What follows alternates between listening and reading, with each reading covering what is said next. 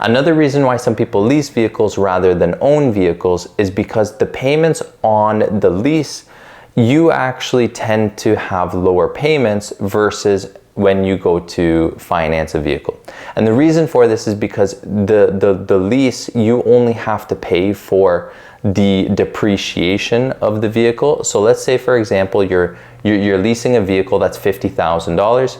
In 4 years, when you go to return the vehicle, it's estimated that the vehicle is going to be worth $30,000. Then essentially you're going to be making payments on the depreciation of $20,000 instead of the full $50,000 if you were to go finance the vehicle, where you'd have to be making payments on the $50,000. So with all this being said, those are just a couple of things that people need to consider when they're going to lease a vehicle versus owning a vehicle.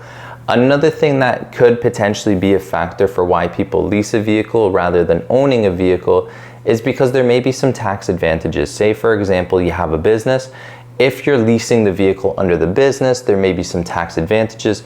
This is something that you would have to talk to your accountant about to really understand the advantages and disadvantages of leasing a vehicle versus owning a vehicle. Now, of course, there's plenty of different factors to consider when it comes to leasing a vehicle versus owning a vehicle. Of course, in these situations, you have to take a look at your overall lifestyle.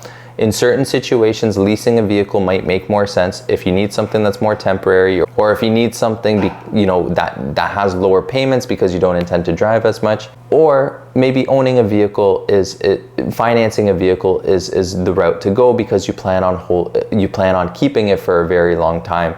Say, 5 years, 8 years, 10 years, 20 years, however long that actually is. So these are just a couple of things to really consider.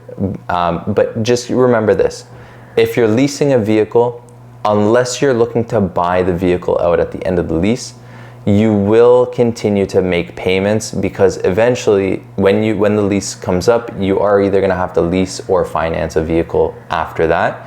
Whereas owning the vehicle, once you completely paid off the loan on the vehicle, then you no longer have car payments. Of course, you still have to continue paying for the maintenance and the insurance, but that would be the same for both vehicles.